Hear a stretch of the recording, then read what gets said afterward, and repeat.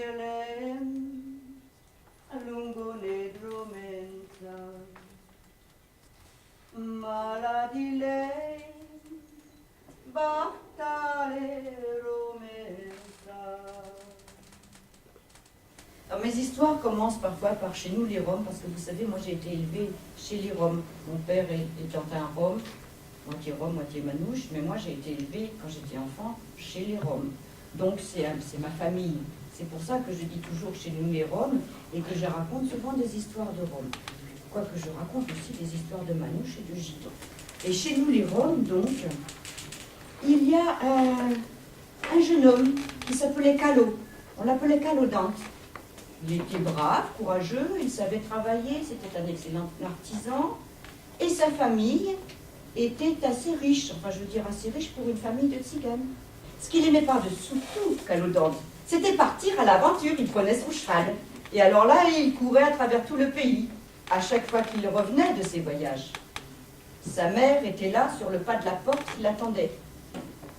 Et elle gémissait à chaque fois qu'elle le voyait, après l'avoir embrassé. Elle lui disait: « Mais Calo, Calo, pourquoi n'es-tu pas encore marié? Regarde, tes frères, tes sœurs, ils sont tous mariés. Toutes les jeunes filles du village te couvrent des yeux. Elles aimeraient toutes que tu viennes faire ta demande. Je voudrais aller à travers le pays et trouver la femme qui est faite uniquement pour moi, celle avec qui je ne ferai plus qu'un. Je veux trouver la femme idéale, la femme de ma vie. Il y en a vu qui était très, très, très riche. Mais voilà, aucune d'elles ne faisait battre son cœur. Il a regardé à travers les carreaux de la fenêtre. Et là,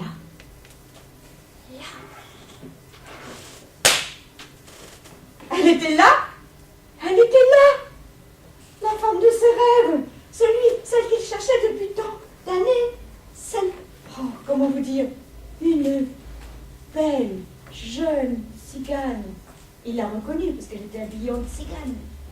Elle était mince, elle était grande, elle avait la taille fine, souple, elle avait des grands cheveux noirs et des yeux de braise en amande. Et alors, cette jeune fille était en train de mettre la table, elle avait préparé le dîner, elle s'affairait autour de la table. Mais alors, elle faisait ça avec tellement de grâce, de souplesse, qu'il avait l'impression que ses pieds ne touchaient pas le sol et qu'elle dansait dans la pièce. Alors, n'y tenant plus, Calo Dante a cogné au carreau de la fenêtre. La jeune fille s'est retournée et subitement, elle a poussé un petit cri et hop, elle a disparu. La nuit est arrivée, Calo Dante s'est installé dans la chambre, mais il ne dormait pas. Il était toujours préoccupé par cette jeune fille. Quand il a entendu minuit sonner au clocher du village, là, il a entendu que dans la cuisine, il y avait du bruit. Alors, tout doucement, il a entrouvert la porte de la chambre et il a vu, sur le rebord de la fenêtre de la cuisine, la petite poule noire sauter en bas du rebord de la fenêtre, secouer ses plumes. Les plumes sont tombées à terre et hop, la merveilleuse jeune fille du matin s'est retrouvée là devant lui.